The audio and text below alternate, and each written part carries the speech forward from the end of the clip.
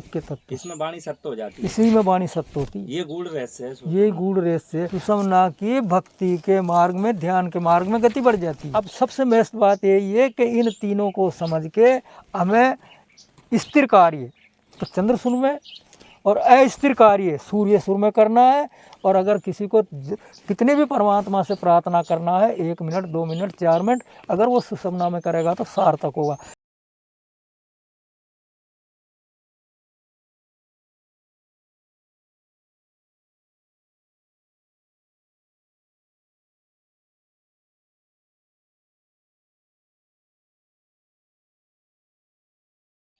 भाई ये है कि सुषुम्ना नाड़ी, चंद्र नाड़ी, सूर्य नाड़ी, तो वैज्ञानिक दृष्टिकोण के आधार पर भी जीव को क्या है कि यहाँ पे स्वर देख के ही कार्य करना चाहिए ताकि उसकी परिस्थिति बेहतर हो। और स्वर से ही ऐसा बताया गया है कि स्वर से ही सुषुम्ना का मार्ग भी खुलता है। तो स्वर के बारे में बताएं, सुषुम्ना के बारे में बताएं, और स्वर से परम पद के बारे में बताएं कि फिर परम पद की स्थिति में कैसे साधक पहुंचता है। और स्वर को तो उसको नए साधक को और संसारी को ज़्यादातर ये ध्यान रखना चाहिए कि स्वर का कार्य क्या क्या है और कौन से स्वर में कैसे कार्य करना चाहिए। तो ये सारी क्रिया और विधि बताने की कृपा करें। वैसे ज्ञान सरोदय उसका शंकर भगवान ने भी ज्ञान सरोदय का वर्णन किया।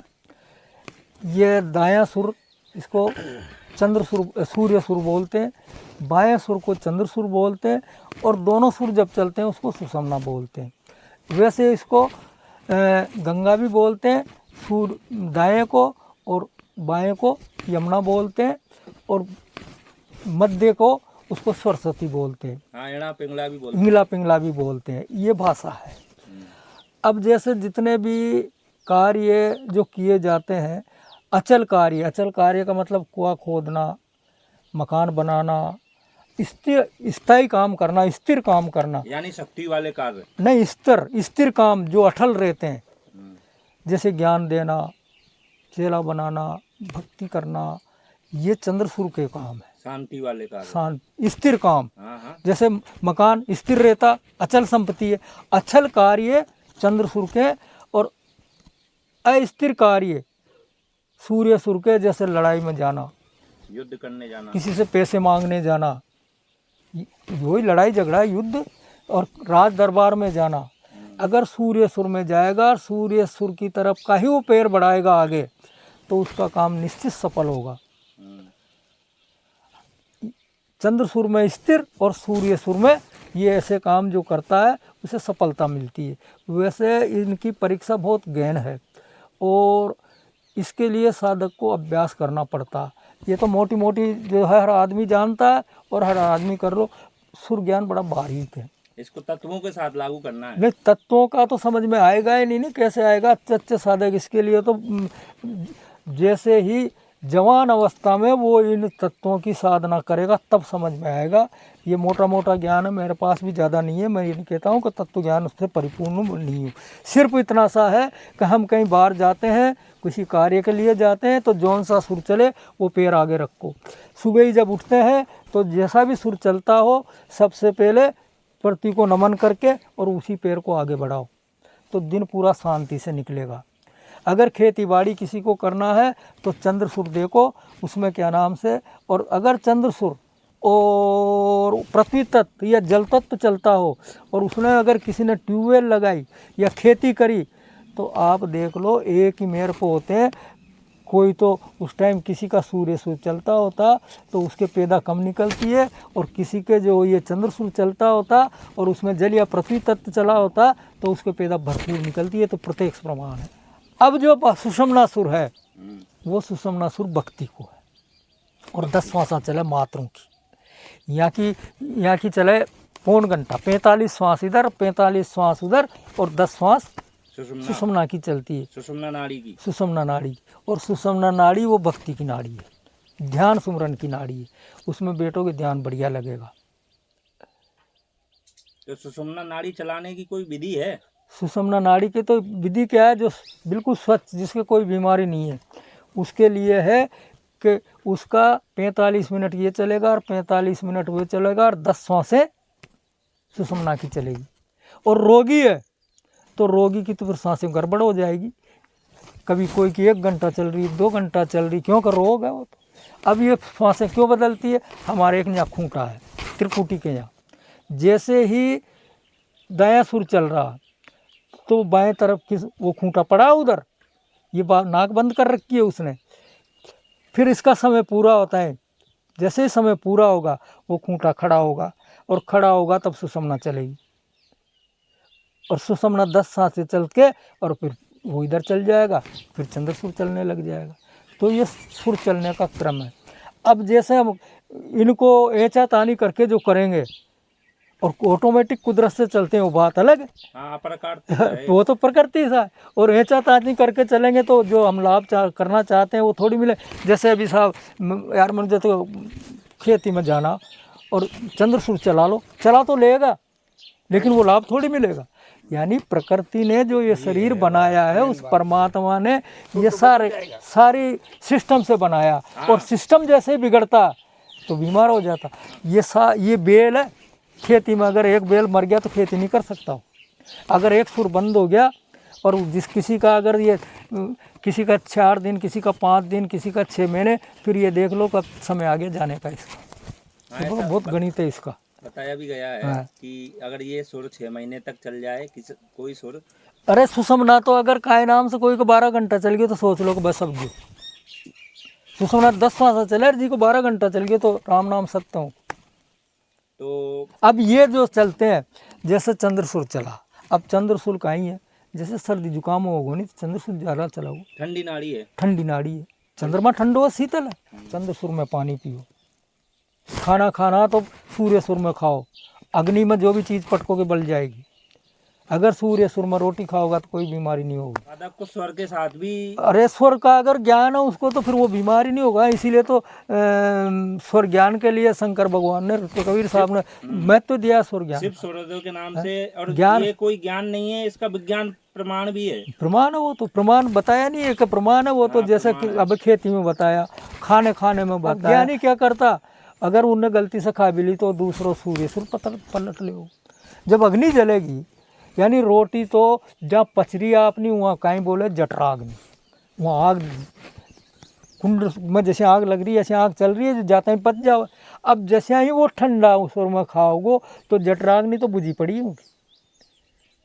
और भोजन खाने के तुरंत बाद ज़्यादा पानी क्यों नहीं पीते हैं, क्यों मना करते हैं कि तेरी अग्नि प्रचंड हो रही है उस टाइम, इसको मत पटके ज़्यादा पानी को, अग्नि बुझ जा, आगे बुझ जाओगी तो रोटी कैसे पचेगी। ये बार 1 घंटा बाद पौन घंटा क्योंकि पौन घंटा में तो सुर बदले ही बदले। ज़्यादातर एक पौन घंटा बाद पीजिए, 1-2 घुटक पानी पी लो बस, तो चंद्र सुर चल जाओ। जो जल तत्व में पानी पियोगा तो कहीं भी नहीं हो, जल में जल मिल गया। तो ये थोड़ा सा नॉर्मल ज्ञान जो अगर स्वर ज्ञान हो तो वो निरोगी रह सकता, और भौतिक संसार में काम करने में भी उसको लाभ मिल सकता, और साधना भी बढ़ सकती है। वैसे सुर ज्ञान बहुत बड़ा महत्व है, ये मुक्ति भी दे सकता, लेकिन इसके लिए अभ्यास भी बहुत कठिन है।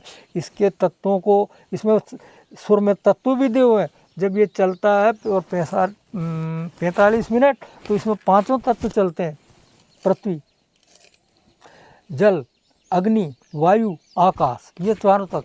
फिर ये चलता है 10 श्वासें, इसमें भी 5 तत्व चलते हैं, वो 2-2 श्वासों अलग अलग तत्वों की होती है। फिर ये चलता है तो इसमें भी तत्व चलते हैं। यानी ये सारा ढांचा इन सुर पे चल रहा, पूरी काया सुर से चल रही है। जैसे आज तो ट्रैक्टर चल गया, जैसे पहले बेल रेचा तो जी के पास बेल नहीं है तो कहीं करे खेती, ये शरीर में जो खेती हो रही है बेला की वजह से हो रही। अब सुषुम्ना चलती है तो उसका समय यो पहले ही साधक को पता चल जाता है कि मेरी सुषुम्ना चल रही है। और देखा जब भी पता पड़ा, उसे तो नहीं पड़ा, उसे तो कोई नहीं देखागा तो उनको पता नहीं पड़ेगा मारो कैसे सुर चल, देखना तो पड़ेगा। उसका अभ्यास हो जाता है ना भाई। अभ्यास क्या ही है कि पहली बात तो साधक जो है भक्ति मार्ग में जो है वो या देख ले कैसे चल रही हो। अगर उनको सूर्य सुर चल रही हो, रूम में बैठ गए तो क्यों बप्ता बढ़ रही हो, काहे भी बप्ता बढ़ रही हो, क्यों बैठ रही हो, है ही नहीं वो वजन को, सूर्य नहीं है। तू तो आराम से सो, या तो रात को टेम मत और दिन को टेम मत थारो काम कर। और जैसे ही सुषमना चले बैठ जा, और सुषमना चलोगो तो सुषमना की गति बढ़ जाओगी, ज़्यादा हो जाओगी, 10 की बजाय ज़्यादा हो जाओगी। सुषमना की भक्ति के मार्ग में, ध्यान के मार्ग में गति बढ़ जाती है। और चंद्र में भी तुम भक्ति कर सकते हो, क्योंकि वो शीतल है। अचल को मतलब अचल कार्य, अब भक्ति भी एक अचल कार्य है। ये अचल बनानी है, अटल, इसलिए चंद्र में भी कर सकते हो। और सुषमना तो सबसे श्रेष्ठ जो है इसी, इसलिए भक्ति के लिए 2 है। और सूर्य सुर चले तो अगर रात्रि में जैसे 4 बजे उठे और सूर्य सुर चल रही हो, कोशिश कर किसका भी नहीं पलटी हो तो नहीं सोच लो शरीर में थोड़ी बहुत नुक्स, सो जाओ आराम से, नहीं सो जाओ, ये करौट करके ये सूर्य सुर। रात्रि में सुषुम्ना का समय बताया गया है कि लगभग 4 बजे वो नाड़ी। अरे वो तो रात्रि के लगभग तो यही है कि ये हर 45 मिनट में सुषुम्ना चलता है। जो स्वच्छ आदमी है और रोगी आदमी है तो उनका तो अपसेट हो जाओ है। अब अपसेट हो रही हो है तो वो सेट करवा के लिए तो तुम बदलो। अच्छा भाई चीज़ें सेट करवा के लिए अब जो दवा देगा डॉक्टर, उनसे कहीं हो जो सुर अपसेट हो रहा है तो वो देख करके पहले नाड़ी देख कर दे जा। अब तो कहीं हो रहे हो थारा अडंग डोट लिख दे, वो तो आराम में पहले नाड़ी में, पहले तो अपना वहीं ज्ञान चो नाड़ी देख करके वो उनसे नहीं पूछे चा थारा कहीं हो रही हो, वो तो वही बतावे चा कि थारा ऐसा हो रही नहीं, कहीं इतनी टाइम बुखार आवे, थारा पेट में ऐसा हो रही, थारा फलानो हो रही हो, पहले ये नाड़ी से सारो भेद जाने। अब ये ज्ञान तो खत्म ही हो गया। अब जब यो ज्ञान खत्म हो गयो तो सुर ज्ञान तो बहुत कड़ो है, ये साधारण ज्ञान नहीं है सुर ज्ञान। सुर ज्ञान में जो आ गयो वो तो इन लोगों का भी सुधार लेगो और उन लोगों का भी सुधार लेगो। सुर ज्ञान तो इतना तक। तो इन तीनों को जानकर सुषुम्ना में भजन करना। अब सबसे बेस्ट बात यही है कि इन तीनों को समझ के हमें स्थिर कार्य तो चंद्र सुर में और अस्थिर कार्य सूर्य सुर में करना है। और अगर किसी को कितने भी परमात्मा से प्रार्थना करना है 1 मिनट 2 मिनट 4 मिनट अगर वो सुषुम्ना में करेगा तो सार्थक होगा। कई दफ़े क्या होता कि जैसे सुषुम्ना चलती है और सुषुम्ना में हमारा जल तत्व या पृथ्वी तत्व चल रहा है, सिर्फ 2 सांसें चले या 4 सांसें चले, पृथ्वी तत्व और जल तत्व नाड़ी में, सुषुम्ना सारी में नाड़ी में जब जल तत्व और पृथ्वी तत्व चलता हो तो वाणी का विशेष तब सत्य करेगी। अगर उसमें भी 5 तत्व चलते हैं, अग्नि तत्व चल रहा है और उतनी सत्य नहीं होगी जितने ये दोनों तत्व में होते हैं। ये दोनों तत्व ऐसे हैं, जल तत्व और पृथ्वी तत्व, यही सबसे मुख्य तत्व। इसमें वाणी सत्य हो जाती है, इसी में वाणी सत्य होती है। ये गूढ़ रहस्य है। ये गूढ़ रहस्य इसीलिए बताया भी गया है कि कोई भी संसारी व्यक्ति दिन में 1 बार सत्य। अरे वो तो सत्य तो अचानक निकल जावा नहीं उसे, वो तो सुषुम्ना तो चले और निकल गई वाणी, निकल गई। अब सुषुम्ना में भी जो वाणी दूसरा तत्व 3 तत्व जो है यहाँ में निकल गई तो नहीं होगा, सिर्फ 2 तत्व जल तत्व और पृथ्वी तत्व, उसमें वाणी सत्य, उसमें वाणी सत्य हो। ये गूढ़ रहस्य, ये गूढ़ रहस्य है। तो ये ध्यान अब ये तत्व कैसे चलते हैं इनका ध्यान सब में बात को। अब सबसे पहले उत्पत्ति कौन से तत्व की हुई, सब यानी शब्द था और शब्द से आकाश की उत्पत्ति हुई, आकाश से पवन की उत्पत्ति हुई, पवन से अग्नि की उत्पत्ति हुई, अग्नि से जल की उत्पत्ति हुई और जल से पृथ्वी की उत्पत्ति हुई। इसी प्रकार से जब सुर बदलते हैं तो पहले आकाश तत्व चलता है, फिर अग्नि तत्व रहता है और फिर वायु तत्व और अग्नि तत्व, फिर जल तत्व आता है, फिर पृथ्वी तत्व आता है। सिर्फ के 4 श्वासा निकल गए जी में, खेल खत्म।